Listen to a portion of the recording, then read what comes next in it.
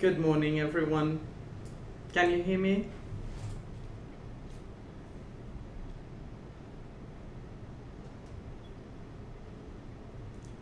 It's terrible not to hear anyone.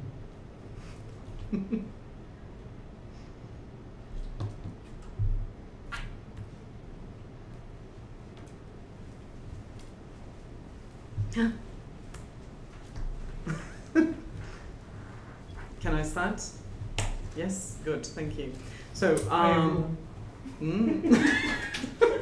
bye. Bye. Okay, we have special guests here in the room, but we don't. So, good morning, everyone, again. We are going to record this, so if you miss anything or if you want to send questions later, you can. But the idea is that you participate with me because it's horrible to be here talking to a camera. I cannot see anyone, I cannot hear anyone, and this is not even my style. So it would be good for you to type your questions, if you have any, during the presentation, if it's relevant for whatever I'm saying, or if I can link it to what I'm saying, I'm going to use the question during the presentation. Otherwise, we're going to address them in the end, okay? And I have assistants for the questions, so whatever you want to ask, just type your question there. It would be great to have participation because I don't know who's listening and who's not. So for those of you who don't know me, I'm Marcela Sintra. I'm an academic coordinator, currently in charge of the Cultura programs, products, and also young learners, teenagers products, and the brand new Cultura Inglesa High School, which is the one we're going to be talking about today. And I know most of you are very curious to know about that, and you will probably bring your questions, okay? So I hope you can understand more or less what we aim at with the program, and we all enjoy this morning together, okay? So here we go. This is the overview for this morning's webinar. We're going to be talking a little bit about what is the Cultura Inglesa High School, perhaps what isn't as well, because I've been asked so many different questions about what we're doing or not, and there's some confusion with different programs and different mainstream education programs as well, and curriculum. We're also going to be talking about the Keystone platform, and towards the end I'm going to give you the QR code and the link so that you can access the platform in case you're curious, okay? Also, and especially, we're going to be talking about the face-to-face sessions, which is what concerns our job here. This is what we will be doing, you and the academic department together, and everyone in schools. Then we're going to discuss a little bit of the features of the course, some of them, and the key underlying principles as well. They overlap, but they're a little different in the conception of the product. Then we're going to discuss roles, the role of the Keystone teacher, not us, and the role of the Cultura Inglesa facilitator. And then you will understand why we're calling this special person a facilitator, not a teacher. And finally, addressing any remaining questions, and this is it. So this is what we have for this morning. I hope we have time for everything, and I hope you enjoy it. So without any further ado, what is the Cultura Inglesa High School? It's very simply an opportunity for our learners, teenagers from 14 to 20, to have a dual diploma, the Brazilian high school diploma certificate and the American one. And this, we should talk about one very special thing that some people are actually asking me about. So can I choose to do the high school at Cultura Inglesa rather than keeping my studies at my regular school? No, you can't, because the Cultura Inglesa High School is actually a complement to what you're doing at school. For you to have a dual diploma, you will need to be enrolled in a Brazilian school, and Then we're going to send the curriculum, our learners, right? We're going to send their curriculum, the school curriculum, to Keystone, who's then going to analyze it, check whether it's compatible with some of the American core subjects, and then complement that with the Keystone program in the Cultura Inglesa High School. So both together will give our learners the dual diploma, not one or the other, but both together. For you to do only the American high school, then you need to do lots more credits, okay? Our learners, in case anybody asks you. It's not one replacing the other, but rather one on top of the other to complete their studies, okay? It is also something, as I mentioned, for learners who are 14. So when they're 14 and enrolled in our 8th grade, they can start the program. Usually they're not 14 in the 8th grade, so they would be in the 9th grade, but they need to be minimum 14, which is when they are allowed to start high school in the United States. And they must be 20 when they finish all credits, okay?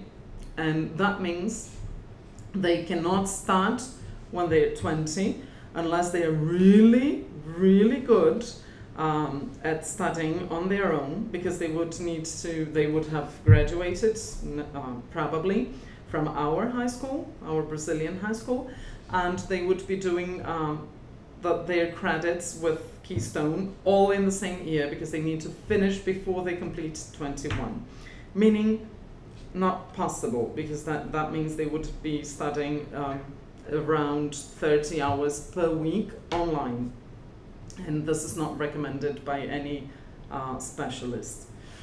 So 1 or 2 credits per year, what does that mean?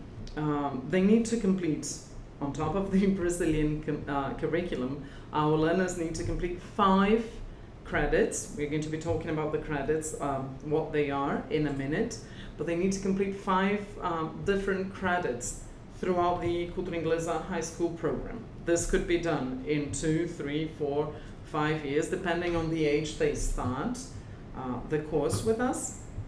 And if they really like studying and they are organized, they would be doing 2 credits together at the same time. And this would mean they would study an average of 10 hours per week on top of the school in Brazil. That's why we recommend 1 per year if they start earlier. That would be okay, possible. They would be able to study on 2-3 days a week, and then over the weekend. That would be simple. But to complete and to have the American certificate, they need this minimum of 5 credits. So when we talk about the subjects, you will probably ask me, oh, but what if they have a great curriculum in science? Then they don't need to do science. Wrong. They need to do a core minimum on any given area. We can change the topic, but they still have to complete 5 credits to be awarded an American certificate.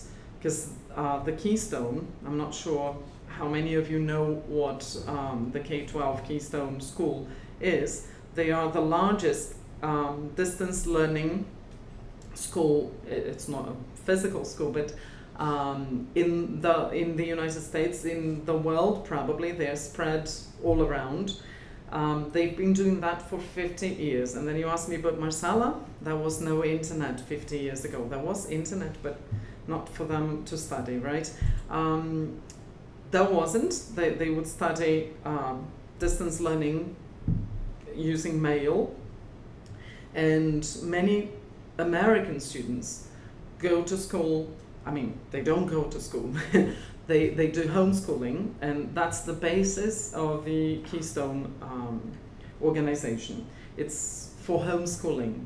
So they have the subjects from our elementary school to high school, and they study only at home, being given support by Keystone tutors. This is the core that we are using. So our learners are going to do exactly the same thing. They're going to study via distance learning in an American environment, meaning they would be studying with American students or other nationalities as well, but mostly American teachers as well.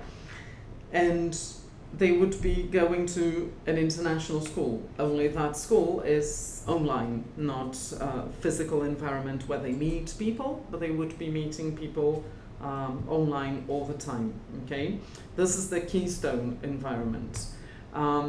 Also, oops, I said the platform. Also in the platform, the content, the topics are fully online. So if you're studying mathematics, we, Cultura Inglesa teachers, don't need to go deeper in studying more mathematics to help our learners. That's not what we do. That's why we have the Keystone platform. As I said, it is the same environment that is used by American learners taking high school, meaning that it is more than enough for content, and they would be coping with all the basis or the theory they need, activities and interaction as well in an online environment, okay? The platform, as any traditional American school, also allows them to generate communities. So they have chess club and gaming coding club, literature club and different clubs.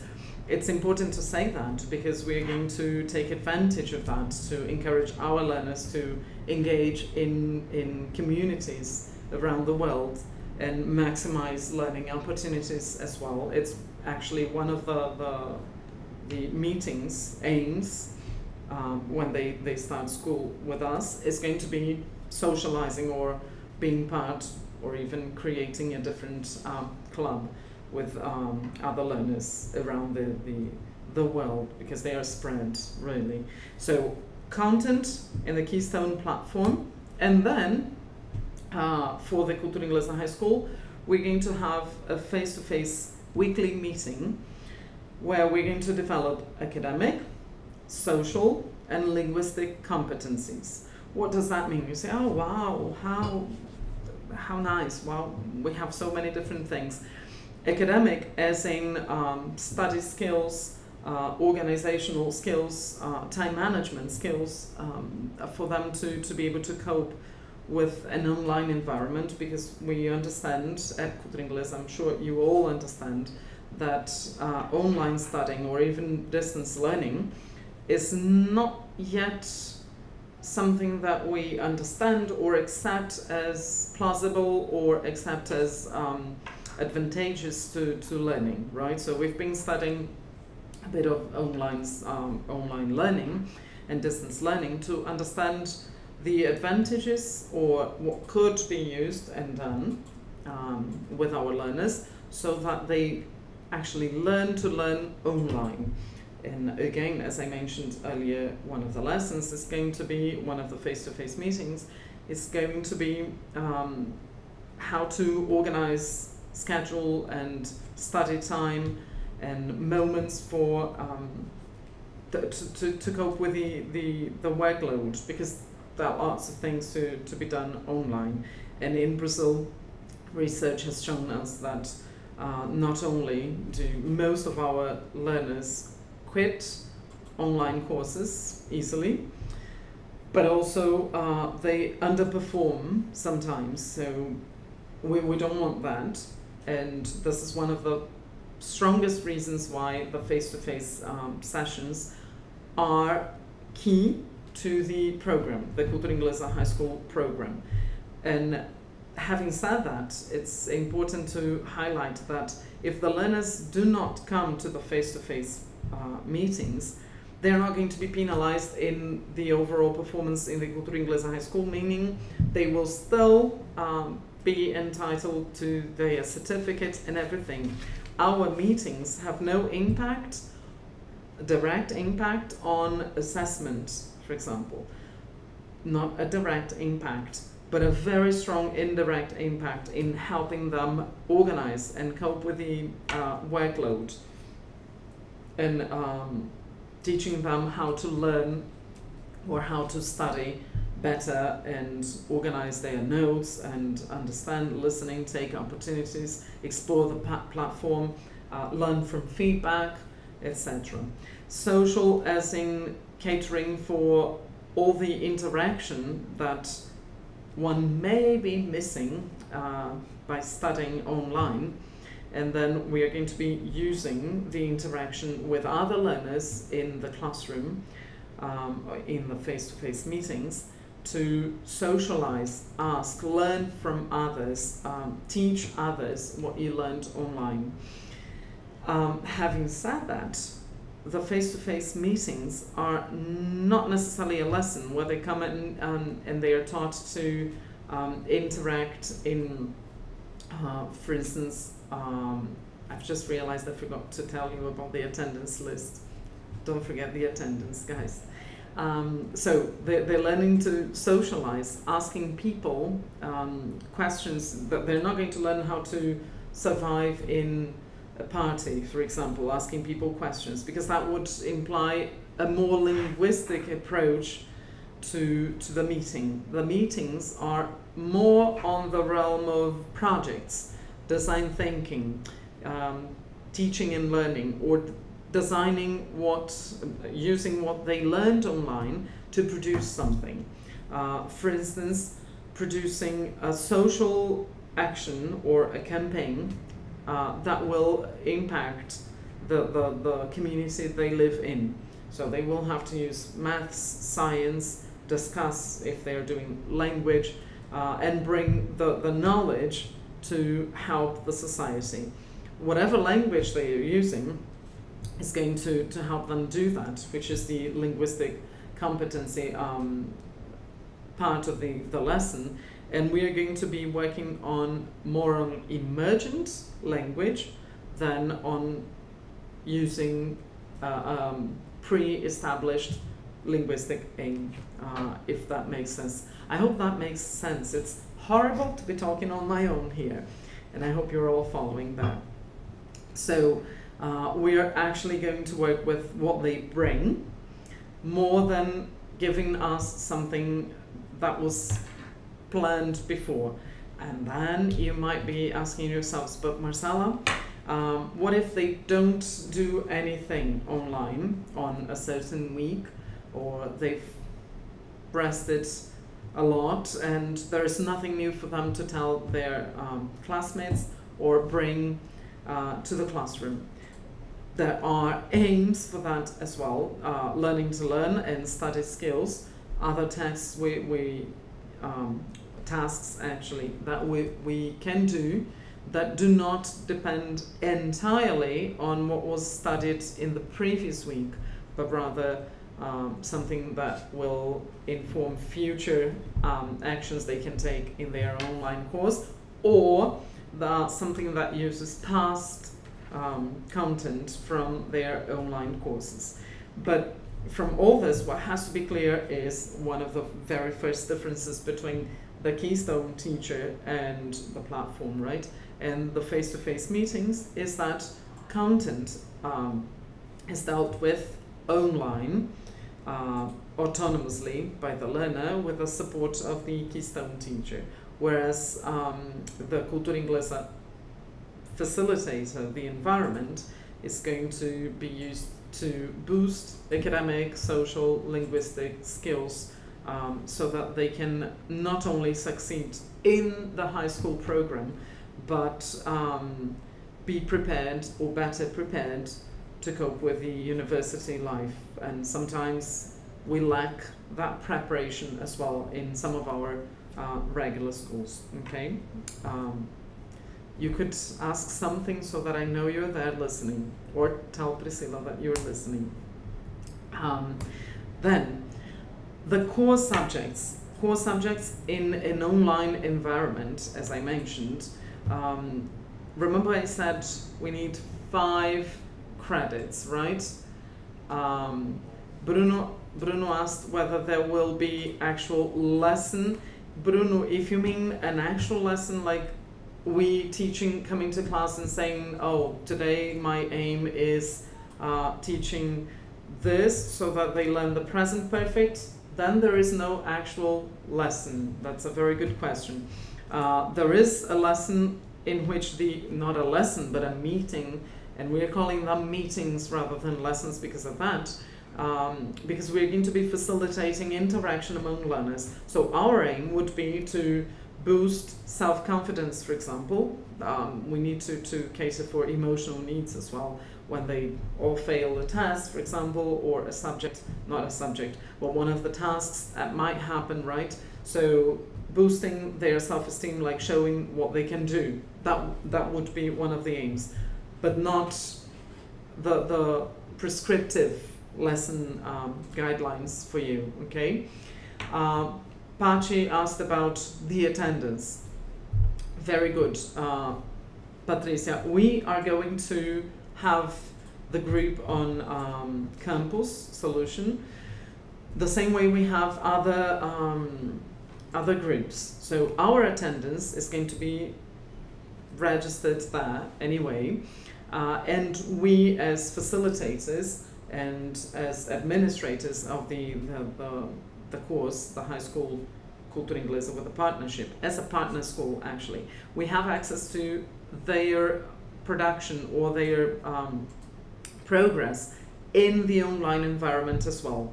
So if we feel they might be missing sessions because they are not coping with the online tasks, this is probably a tip that we might take action, call them and check whether they need help, or encourage them to come to the session, because we're not going to do anything that they should be doing online. This will not happen in the Cultura Inglesa environment, but we are going to teach them how to organize that, or how to start, or where to start. So this is very, very important.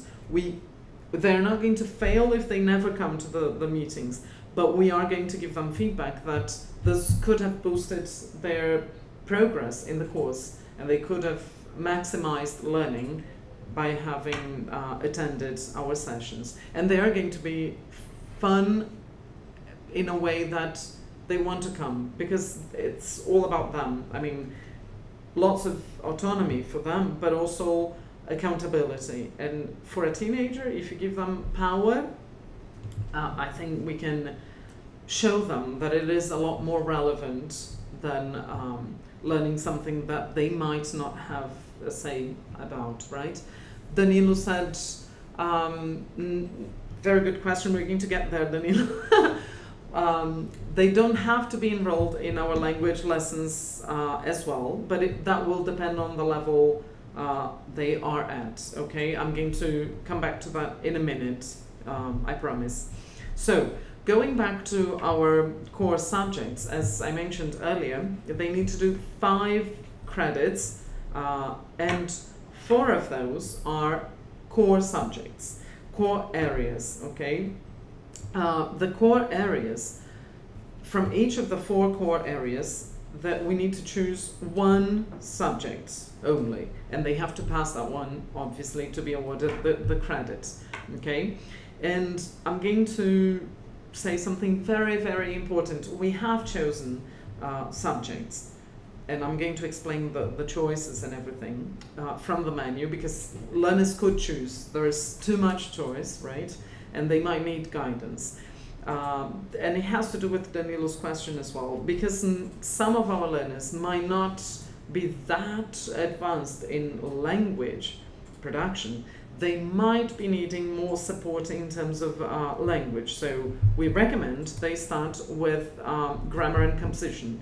This is one of the core subjects. I mean, it's under the area, the language arts. For an IPT learner, for example, that might be simple. Not simple, but easy for them to cope with the amount of work. This is where we recommend our learners start. Why? Because they're still learning to learn online, and if they're still learning to learn online, they might be they might be out of their comfort zone when studying mathematics online, for example. And we would be better able to help them if they're studying something that is also closer to what we understand, and they feel comfortable with. So we recommend they start with language arts, grammar and composition. And this is what they're going to be doing. When they enroll, and this is also very important by recommending the courses, and they know they're going to study abroad, they have a focus there, they have chosen the colleges they want to apply for, and the subjects they're going to study at university. Depending on the case, we might need to recommend different subjects. And obviously I'm available to discuss this with the teachers in the branches, the managers and everyone.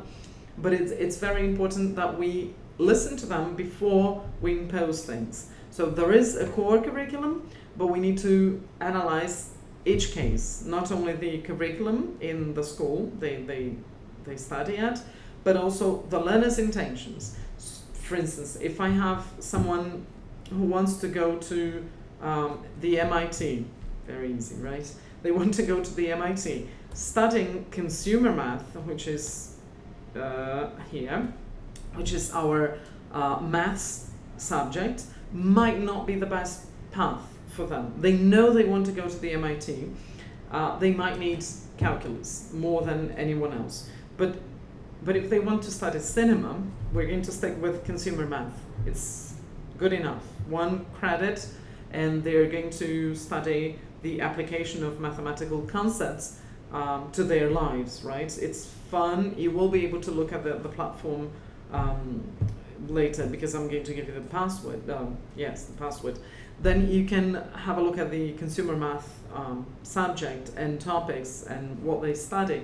It's fun, because they need to calculate how much they earn and what they're going to spend that on, and if they want to have fun, like entertainment, how much they have to save if they want to buy a house, etc., etc. Investing, and this is key, because especially in Brazil, right, it's relevant, it's for life.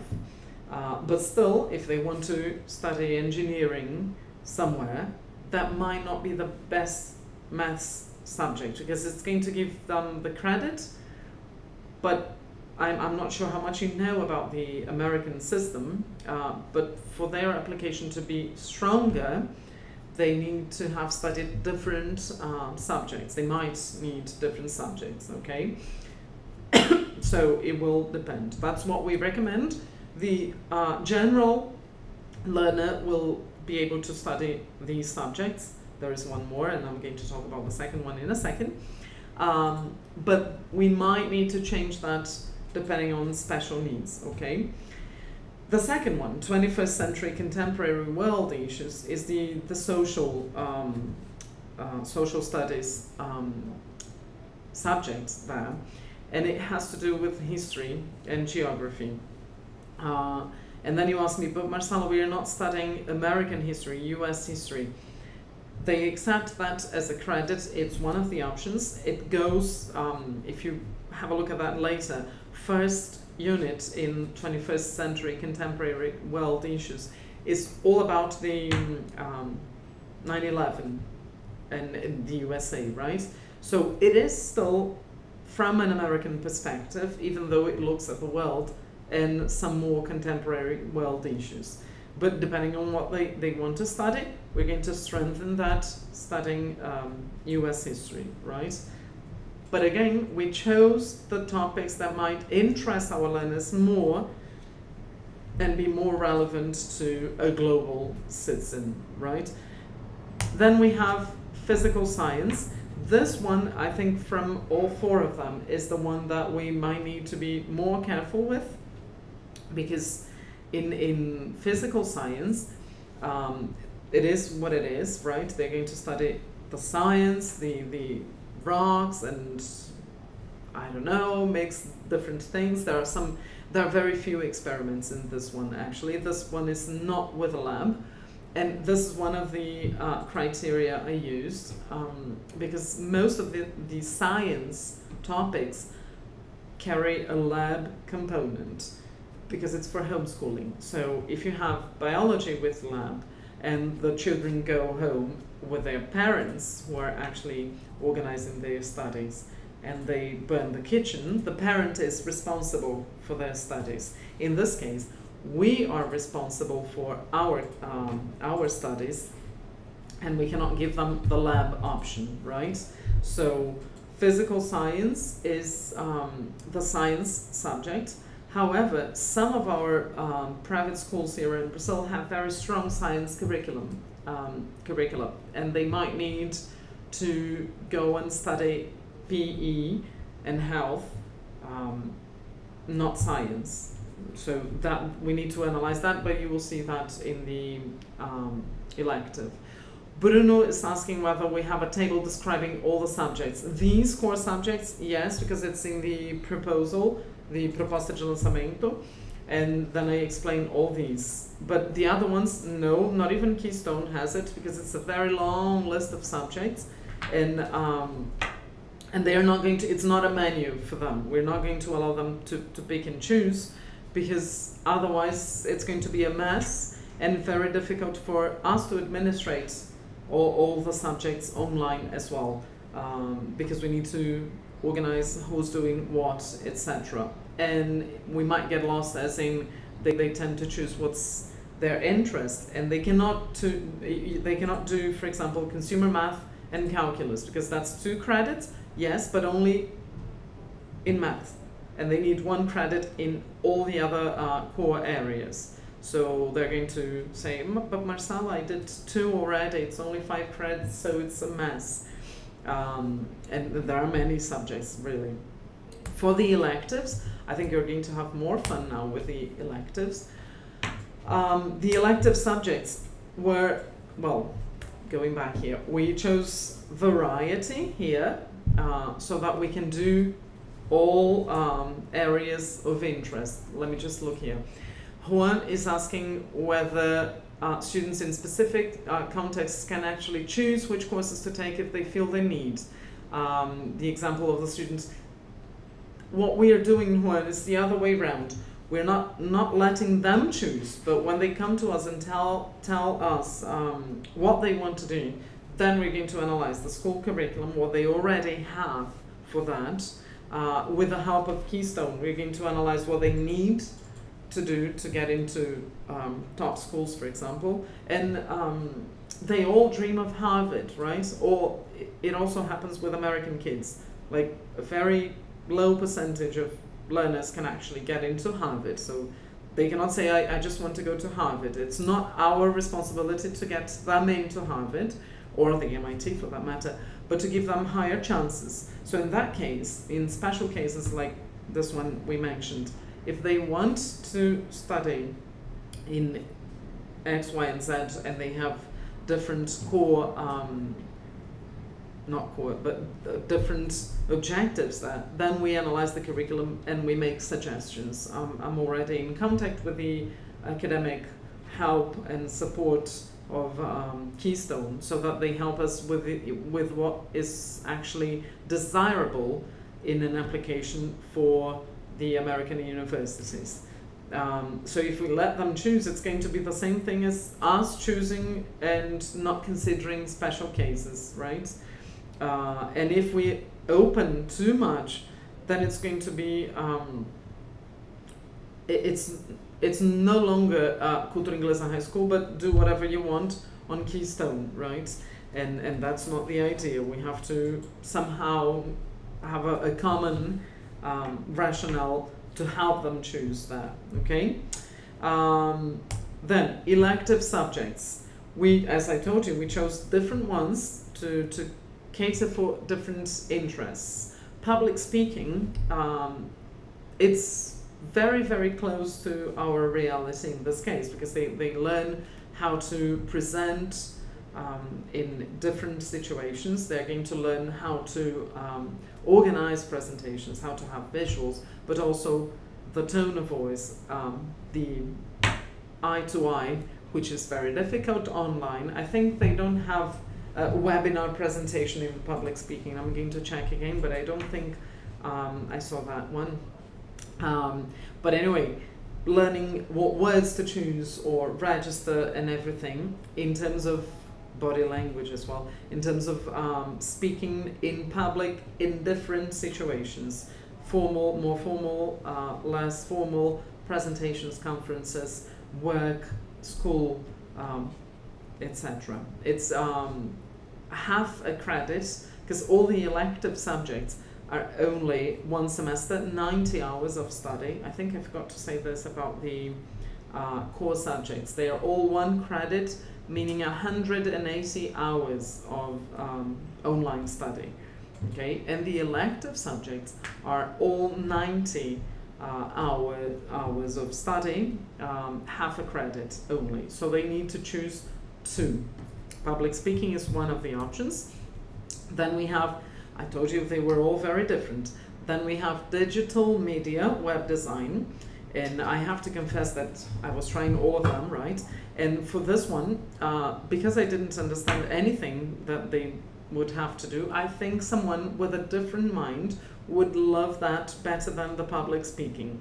They really have to use coding knowledge to cope with the tasks. They have to create a web design use, and there is an ethics component on copying, pasting, using images. It's fantastic. Again, not only with the face-to-face meetings, but also in the online component, there is development of skills that they are going to need to be able to survive in this world and thrive, right? Like ethics, the ethics I mentioned, because they're going to be exposed to a plethora of tools, and how they choose them has to actually go through an ethical component of what I can copy or use in my own web page, or what I cannot choose, but I can ask for permission, buy permission, etc. So it's very interesting. I think our learners, I know so many students, teenagers, who would love to do that one. And they have to use coding knowledge. That's the part I actually don't have. And I understood it after reading it 10 times, but I wouldn't take the subject if I were a teenager today. Career planning is more general. I mean, and it's personal as well. I was passionate about this one, and I was showing it to a teenager as well. And they said, whoa, I wish I had been given this subject in school when I was 15, because at this time, now that I'm already studying at university, like when they are 18, it's a bit too late. If they're 16, 17, they can still learn about themselves. The first unit is learning about yourself. So first you ask questions to get to know what you actually like and you would like to spend more time on.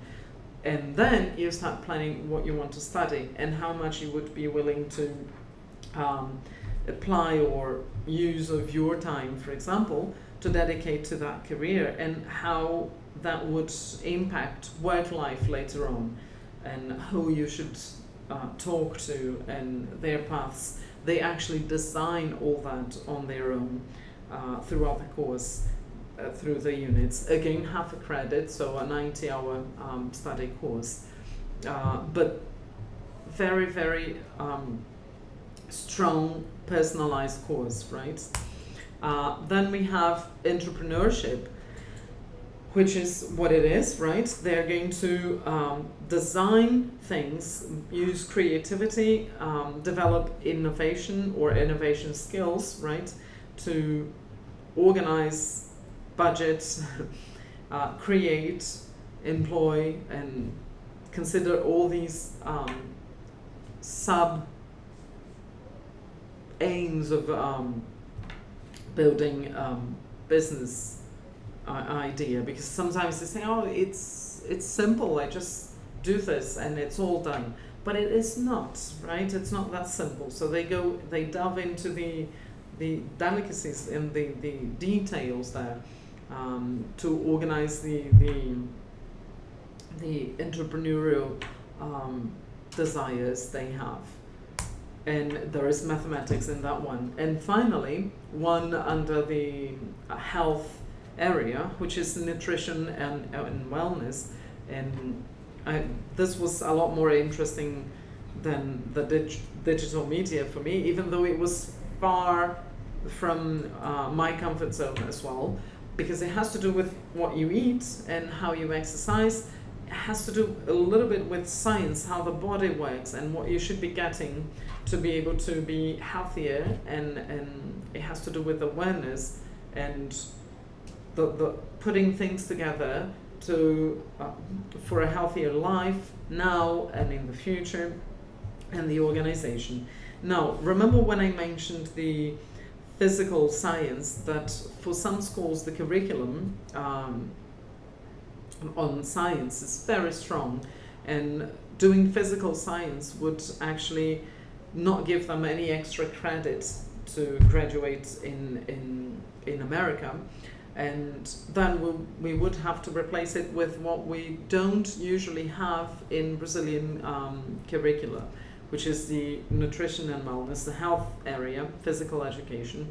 So nutrition and wellness and health as well together. Nutrition and wellness then would become, depending on the school they go to, would become a core subject and be added to their list of core areas to study, because if their physical education curriculum is not very strong, they would need to forcefully do the nutrition and wellness to get the credit in that area.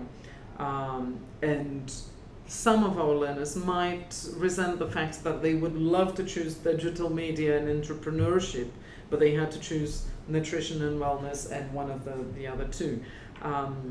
Again, communication, talking to parents from the beginning, learning about their curriculum.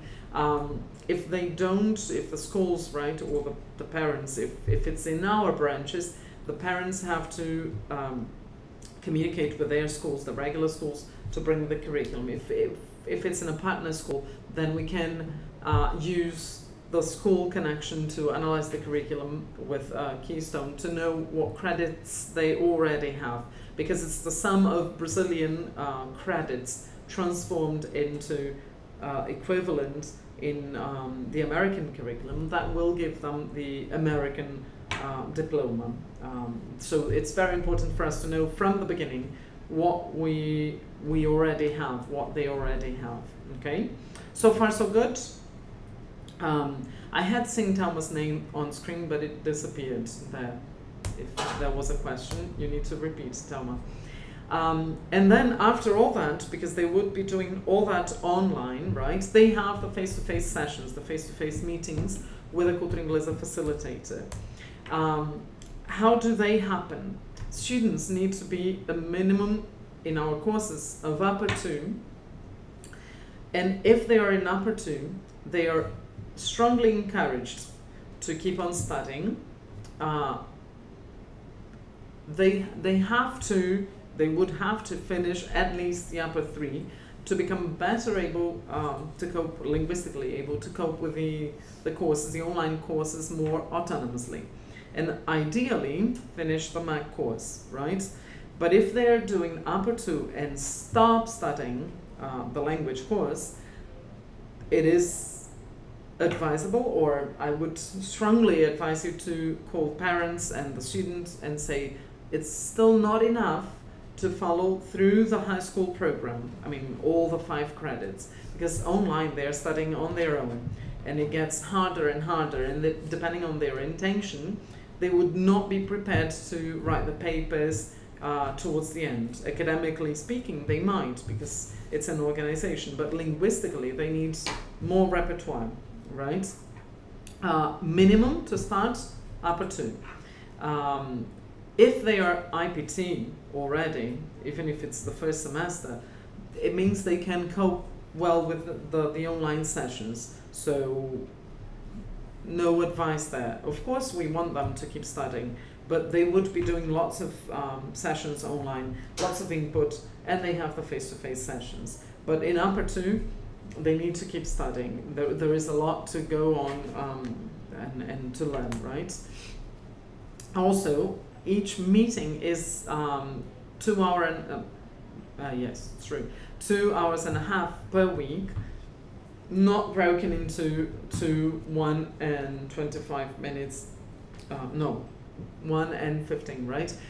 Per day. It's on the same day. Because they would be producing its whole project and everything, so it cannot be a shorter lesson or meeting in a way. And there is a lot of discussion, so when they get involved, they would leave if it's shorter than 2 hours and a half, right? And this complements the 5 hours they study per week. 5 hours meaning they can do 1 hour per day if they want to. That's what Keystone recommends, that the 180 minutes, 180 hours per credit spread throughout the year would mean they would study 5 hours per week on school months, okay? They can start anytime as it's an online platform, okay? They don't have to start in August, September. They can start in March, in February, in April. They can break in July, but there is a limit for the credits to finish, and they are given that on their first day in the online course, okay, the schedule. And we use that for the face-to-face sessions. How do they happen? As mentioned, they are going to articulate the contents they studied online. So we're going to promote activities that develop discursive competence, being able to explain something that somebody else hasn't studied, academic discussions on how to apply that to different contexts, and with that promoting oral and written practice, okay? Lots of collaboration. Ian is asking, would they benefit by getting a Cambridge certification in case they're not our former or ongoing students? Yes. Ian, if they don't have a certificate, or if they were not our students, we would need to do the experiência, Cultura Inglesa, to get to know their exact level. And if they have a Cambridge certificate, that would prove to us, if they have the first, that would prove to us that they have some knowledge, or that certain knowledge of the language, right, or proficiency in the language. Yes, getting a Cambridge certificate is actually really good, or the IELTS, if they bring the IELTS as well, right?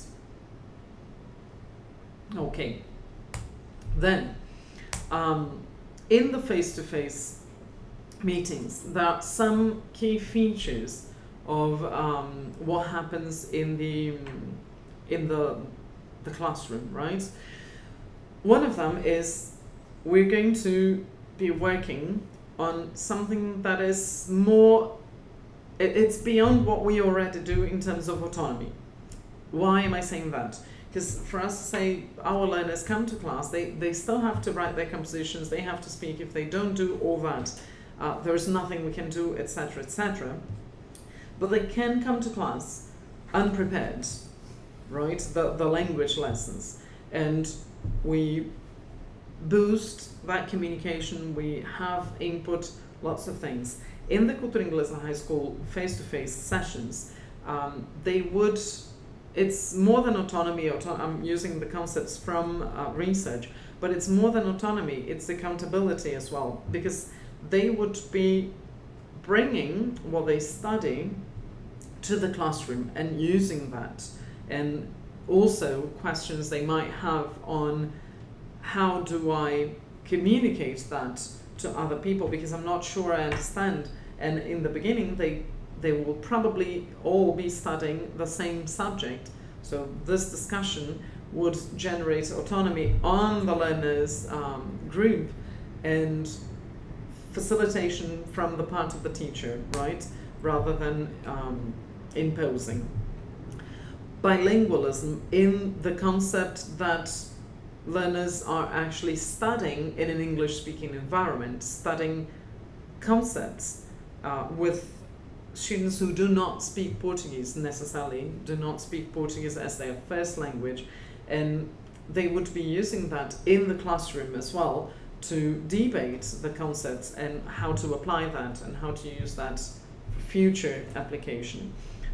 So the concept of bilingualism is very important for us when talking to learners, parents and schools, because some people tend to think if you don't write bilingual school on a certain school, that's not a bilingual school, and if you do write, it's a that's not what makes a school bilingual, right? It's actually using the language and for things that go beyond discussing the language learning itself.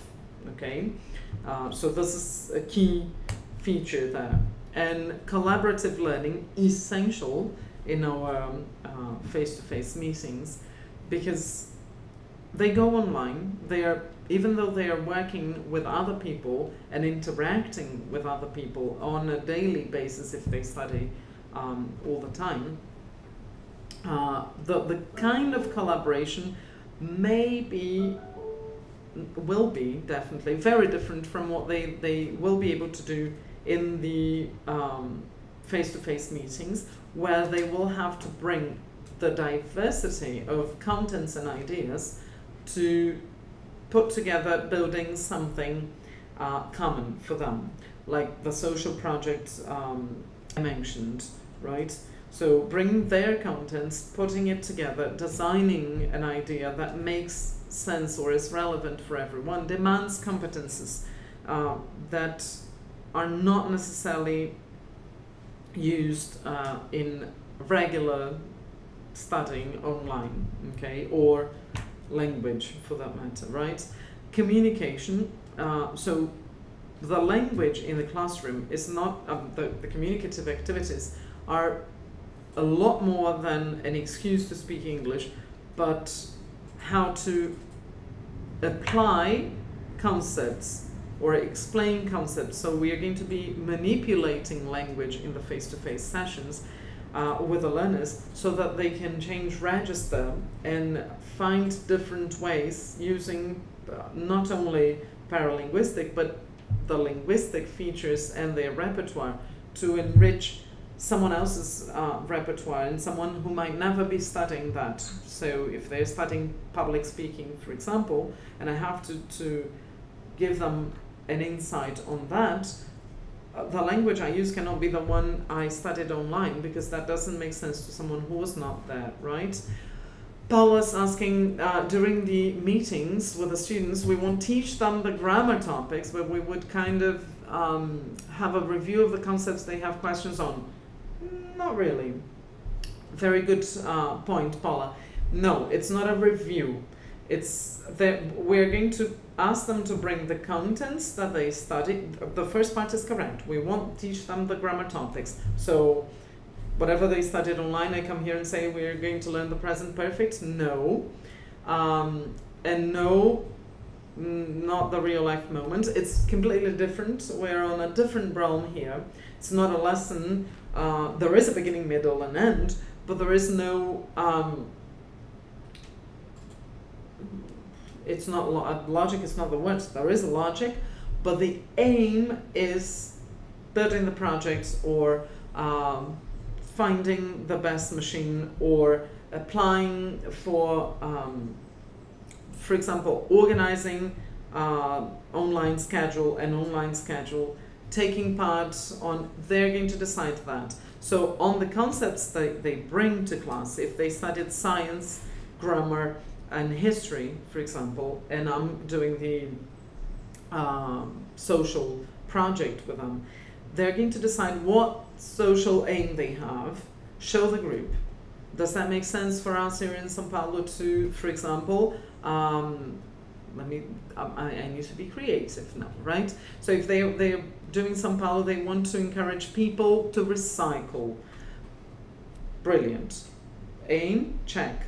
Now, in science, the person learned that if you throw recyclable trash together with the other one, you're polluting, and you need to explain that to the society. So they are going to do that on their own. We are monitoring. Explain to the group first, they understand, brilliant. This is what we need to explain to the society to raise awareness. The person in the grammar course will be able to help with the linguistic support to communicate to other people, will be responsible for that, for example. And in the 21st century contemporary issues, for example, that person is going to say that the impact of what you throw here may affect someone else and causing this and that, which will affect politics, economy, and so on and so forth. And they designed this project to raise awareness, or a call of action that they want to distribute paper bags for people to recycle their trash in the communities and establish dates for collection. I don't know. I'm just creating a project here. So they're going to present this to the class. Their project is ready in the end. But together, they're going to bring their contents and do something different from what they're doing online. So it's not a review, okay, Paula? Thelma says, skills in how to be better learner. Yes, Thelma, definitely. Because a better learner and a better citizen. I mean, the core aims of the Cultura Inglesa High School are teaching them to be better learners, better communicators, because communication is one of the core 21st century skills and one of the most difficult ones to achieve, right? And one of the aims, for example, Paula, going back to Paula, for you to have an idea, is developing empathy.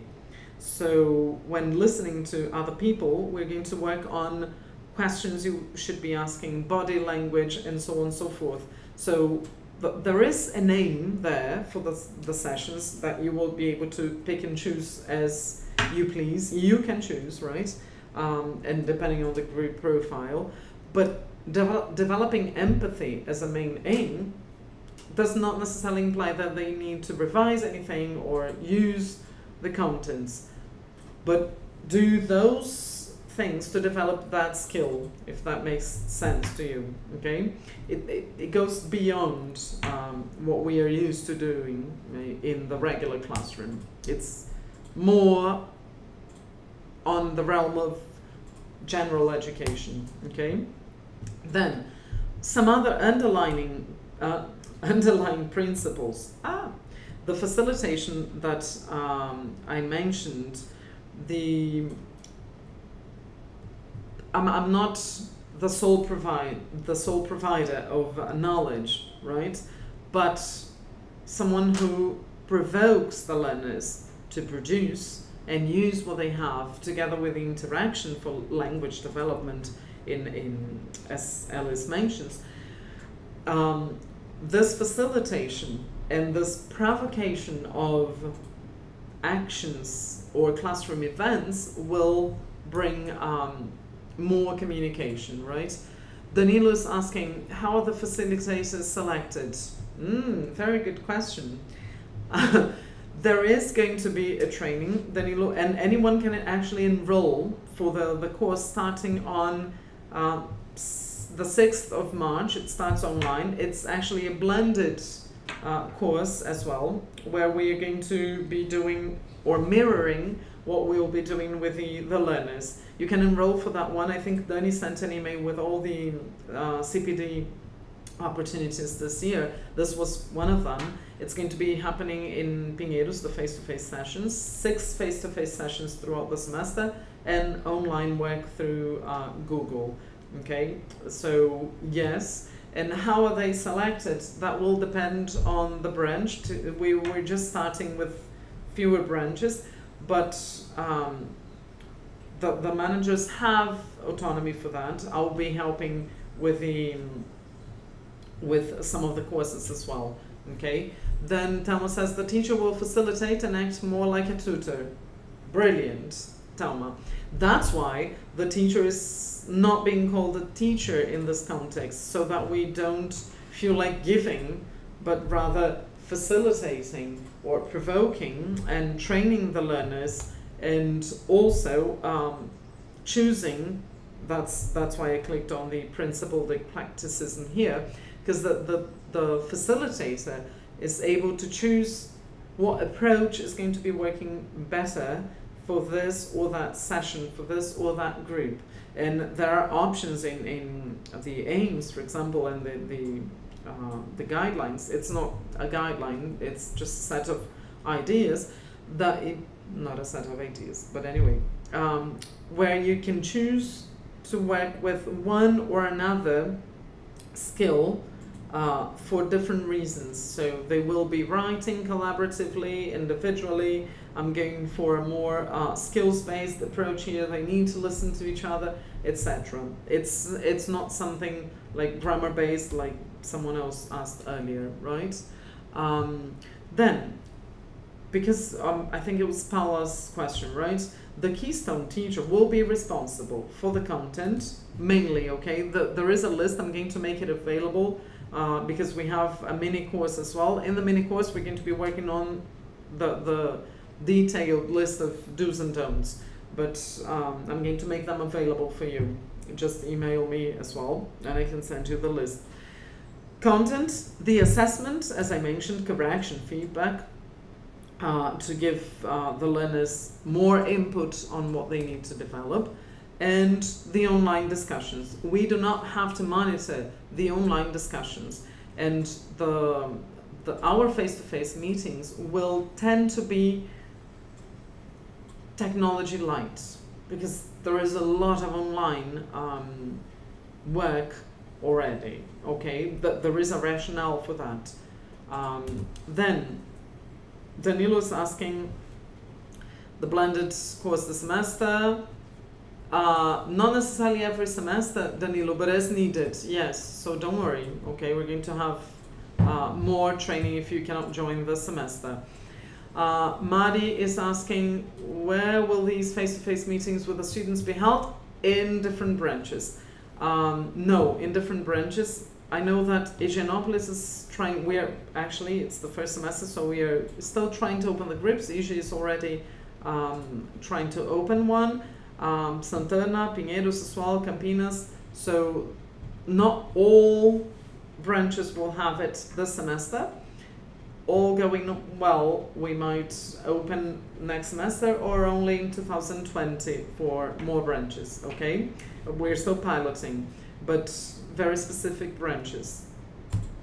Then, the role of the facilitator meaning our role here, right? The Cultura Inglesa facilitator.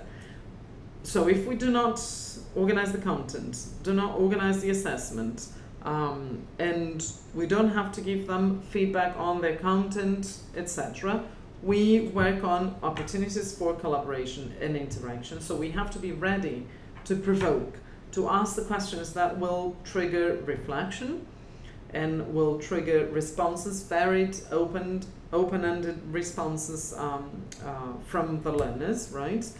We need to provide them with critical thinking opportunities. So it's not something like, oh, I know you were studying this unit. What did you think of that? Put simply. And full stop, let's move on. Let's not move on. Let's go back to that. And you tell me why, and you tell me how, and you tell me how you can actually explain all this math, for example, to a 5-year-old kid you have at home, or to your parents who didn't have this opportunity, or to, I don't know, critical thinking questions, right?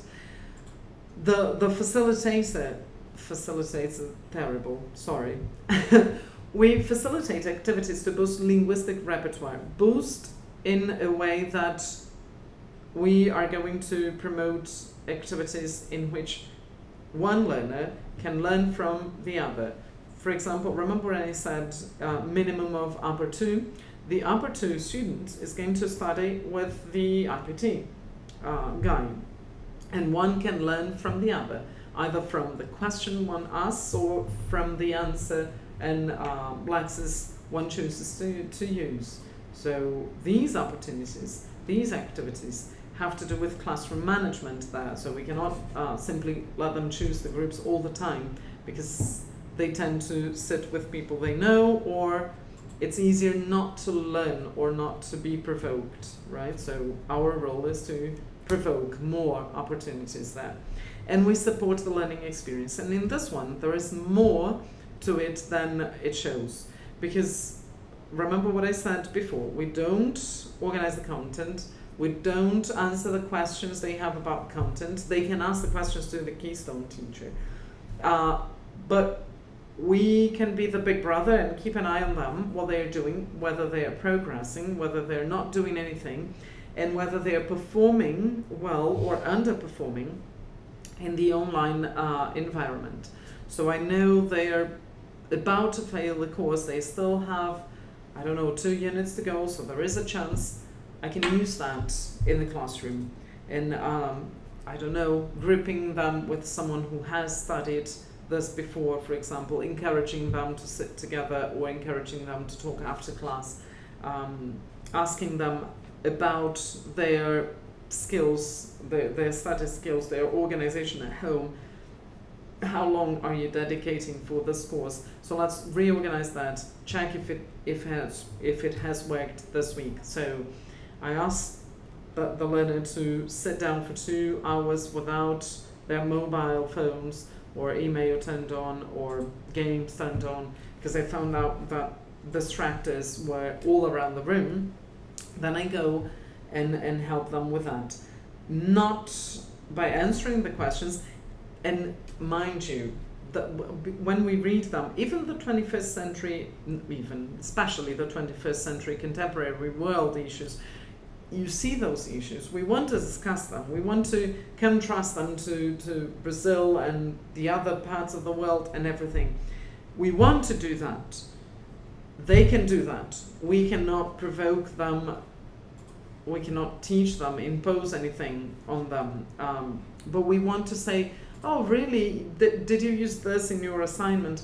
It doesn't matter. They are the ones who are going to choose what to use in their assignment. We do not express our opinions on content, or the grammar for that matter, because we want to. 20, Thelma, how many students can we have in a face-to-face meeting? 20, it's going to be the same, 20 to 25.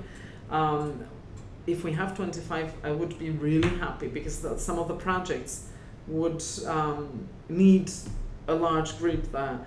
I mean, it would boost so much the opportunities for learning, but a maximum of 25, especially because we might have groups in schools, 20, an average of 20, until 25 we can go, okay? And the more learners we have in the classroom, the better it is for facilitation. I'm not sure how much you've already worked with facilitated or facilitated activities, or design thinking, or discussions, or I mean, not the ones we do every day, but even the ones we do on a regular basis, right?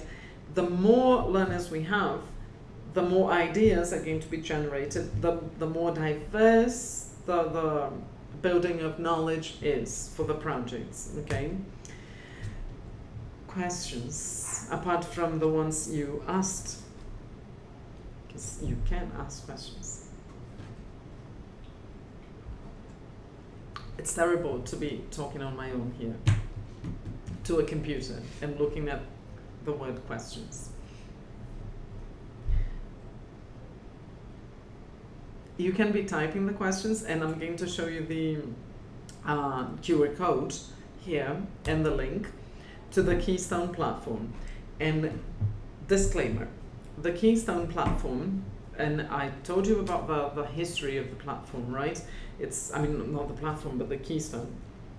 They've been working with that for 50 years. They've been doing all sorts of distance learning organization. When you look at that and you compare, for example, to our website or our Google classroom or anything, we say, but Marcela, it's not beautiful. It is not beautiful, it's useful. It contains relevant information, and lots of relevant information, the links to videos and chats and everything. So don't look at that and say, oh, it looks strange at first. That's the impression some people got. But then when you click in the subjects, that's our demo. So we have different topics on ongoing classrooms, okay? So we enter as learners and we can see the different interactions there as well. Luciano is asking, how do the clubs work? They are online communities, Luciano. I didn't join any of them because if I did, I would have to stay there as the demo Cultura Inglesa forever, right? But I clicked on some of their interaction. Some of them have online meetings, and I was reading about them and asking the Keystone people. They have online meetings, for example, and send information to one another, or challenges, or reading groups and everything. For example, the coding people build websites together. It really depends on the club. It really depends. Do we have any confirmed hubs already based on the number of students interested? Confirmed nothing is confirmed yet. I know that Santana has already opened a schedule, right? And so did Iji. But we don't know how many students are interested yet. I mean, some people are calling, and tonight I'm going to Higienópolis to talk to parents who were invited to hear more about the course and the advantages to their children, right? Ian is asking, is there a minimum of students? A minimum? Usually we would need, as Cultura Inglesa, right, operationally speaking, a minimum of 8 students to open the group. Stephanie is asking, will there be guidelines and other resources for facilitators? Yes, Stephanie. Yes, there will be. The guidelines are slightly different. I mean, because you use so much from the learners that you don't have,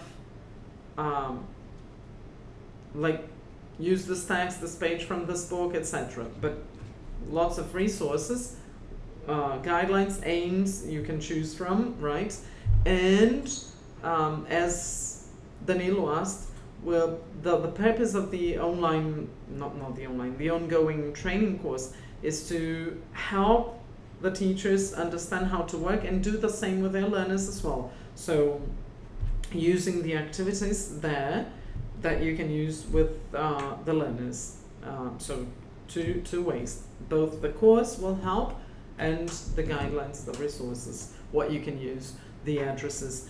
In the guidelines I included, for example, when it's project, I included some links where you can have ideas to suggest in case nobody has an idea, because they're still learning to learn as well, and depending on the schools the teenagers go to, they don't have that much autonomy, or they are not asked questions they can actually answer with their own answers, if you know what I mean. So provoking that or encouraging that and developing that with them might take a while. So some of them might be more guided than others, okay? Any other questions there? Yes, Thelma. The teacher has to be prepared more than to prepare the meeting lesson. I'm not sure I understand what you mean. You mean being prepared to whatever comes. If that's what you mean, tell me yes. So when Danilo asked, how's the facilitator chosen? Profile is important, because if we are the control freak, for example, and we want to be in control of whatever is going to happen in the classroom, and we rely on more prescriptive guidelines, and we rely on more predictable outcomes, it's going to be painful to come to the Cultura Inglesa High School project and be the facilitator, because the facilitator is not imposing anything, but rather juggling magnificently with what learners bring, and being able to not only bring the questions that you might want to ask them on that day, but if they come up with different answers that divert the lesson or the topic, the discussion or the project to a different area, we have to be able to cope with that, accept that, and also show them that life is a lot more than simply checking boxes, right? Does that make sense? I think I got too philosophical now. Dominga, was that what you meant? It's good to know the people who are asking the questions, because then I can actually imagine the faces behind the screen. Baj is asking, on the Keystone platform, we have a list of courses on the left. Yes. Are these the Cultura Inglesa courses already being offered? No. Yes, you can. Not as teachers, Baj. We can only explore the... Very good. I'm answering the questions as we go, right?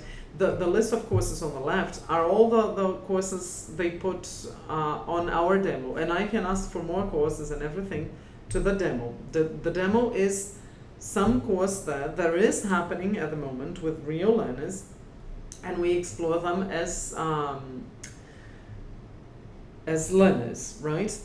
They are not being offered yet because we haven't started any groups yet. We're hopefully going to start groups in March, and then we're going to have a different password as the partner school, and this password will give us access as a partner school. So we do not have the teacher profile, because that's for the Keystone teacher, and the partner school profile gives us access as a facilitator to know the schedule of the learners, whether they're doing well, etc., etc., how they're performing, the feedback they got, and everything. But we'll never be given the teacher's profile, if that makes sense. We are not going to use the platform. It's good for us to know about the platform, but we cannot use the platform because the course is not ours. Does that make sense? I think we need to wrap it up. And if you do have any more questions, you can also check the references, and you can email me anytime if you do have my email, because I sent you many emails this week. So it's marcela.sintra@culturainglesasp.com.br. You can talk to the managers if you're in the branches that are going to offer the Cultura Inglesa High School. You can enroll either in the workshop or in the ongoing course we're going to have. That would be great to have familiar faces there. And we can meet throughout this week until Friday in the colloquium. Okay? So thank you very much for participating, and I hope you have learned something about the new Cultura Inglesa High School, and you get interested to know more and join me in this new opportunity here. Okay? Thank you very much, guys. Bye-bye.